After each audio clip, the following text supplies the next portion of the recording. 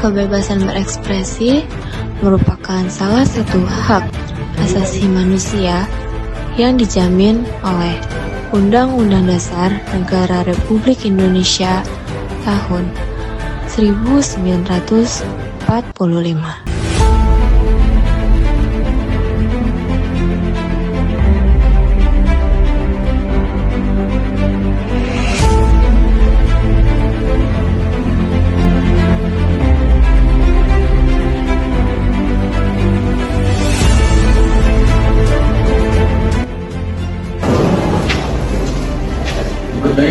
Jadi nih, kita banyak mahasiswa kita.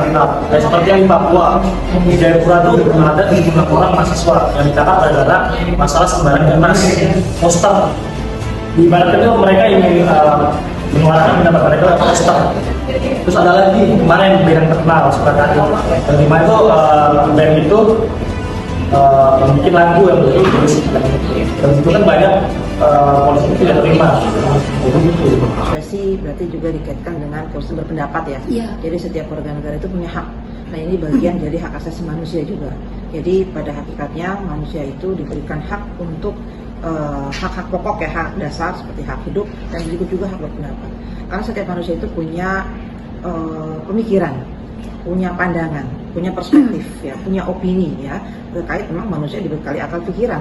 Mereka bisa berpikir, mereka punya ilmu pengetahuan, dan otomatis mereka bisa mengamati, mencermati dari beberapa hal, isu-isu, bahkan apapun yang ada di sekeliling mereka ya, terkait negara, banyak hal ya seperti itu. Kebebasan berekspresi dan menyampaikan pendapat di muka umum ini diatur di dalam Undang-Undang Nomor 9 Tahun 98 tentang kemerdekaan penyampaian pendapat di muka umum.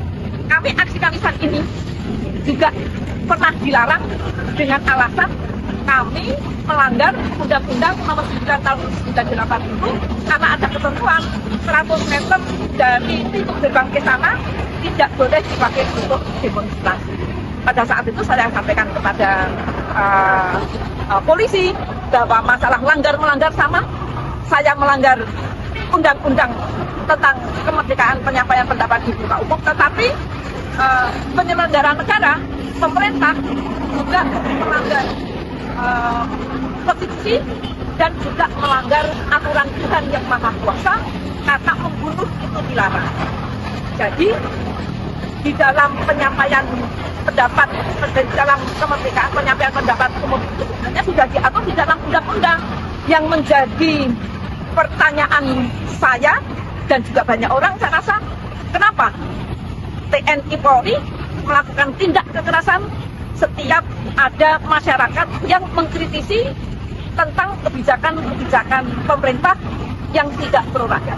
Di nasional ya kita bisa melihat lah terjadi perubahan secara besar-besaran dan kemudian melahirkan pilpres secara langsung, kemudian ya mengalami berbagai macam perubahan sistem gitu ya. Dan saya kira di awal-awal masa reformasi itu adalah masa yang sangat luar biasa karena demokrasi mulai ditata ulang dan kita mengalami sesuatu yang melompat gitu tadi dari rezim tertutup menjadi rezim sangat terbuka. Tentu situasinya adalah saat itu sangat riuh. Jadi demokrasi yang sangat riuh karena suara publik mulai banyak didengar gitu, dan banyak juga disampaikan. Nah saat ini kalau kita melihat situasinya, ada yang mengatakan bahwa ini sudah masuk pada fase pembalikan demokrasi.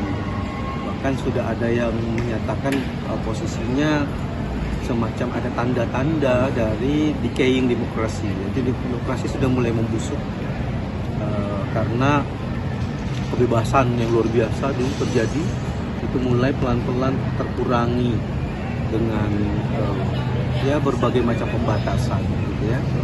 Bahkan kita bisa melihat banyak demonstran yang ditangkap di penjara gitu ya.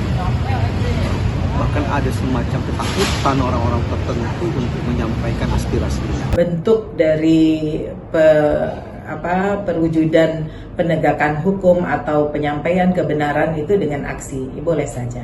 Tapi itu harus dengan akhlak. Yang saya lihat di UIN Jakarta kadang sudah kebablasan mahasiswanya, entah siapa yang nyuruh juga ya, kok bisa gitu, dari jadi santri sebelumnya baik-baik nggak pernah demo, tapi baru semester 2 sudah demo di UIN Jakarta. Nggak tahu siapa yang nyuruh.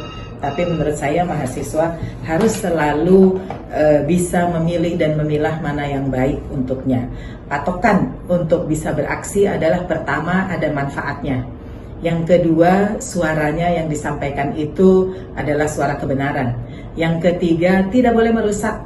Kalau sudah merusak itu berarti dia harus dihukum. Ya, kita Fakultas Hukum harus sadar hukum. Dan berikutnya adalah harus dengan tujuan yang baik, ya, dan disampaikan dengan cara yang baik tadi ya. Habis itu, karena namanya aksi, habis itu harus reda. Sereda-redanya karena mahasiswa tugasnya adalah belajar dan berprestasi.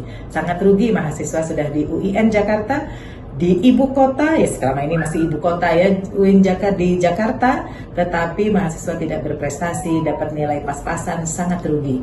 Jadi saya sangat mendorong untuk mahasiswa lebih fokus kepada menuntut ilmu, karena kampus kita ada dinamakan Al-Haram Al-Jami'i.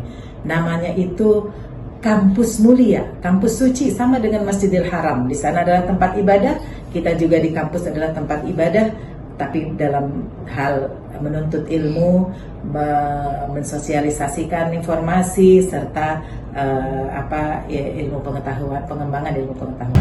Seluruh Indonesia dari Aceh sampai Merauke, solidaritas sudah datang dan sudah menerobos tanah kami dan hutan kami, merusak alam kami.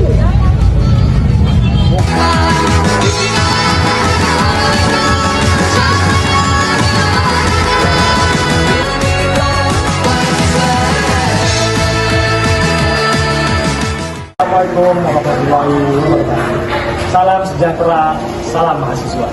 Mari kita lihat situasi di Indonesia saat ini, yang dimana orang-orang di pemerintah ditangkap, mahasiswa yang menyuarakan suaranya itu dibungkam, jurnalis didiskriminasi, seniman diintimidasi. Apakah ini wajah Indonesia yang demokrasi?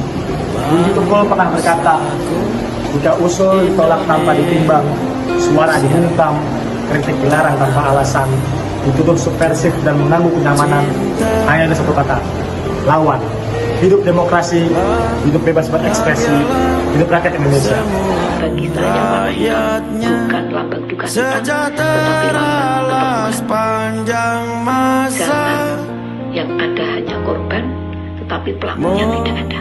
Dan tidak akan ada orang yang rela sehat, adil dan bijaksana.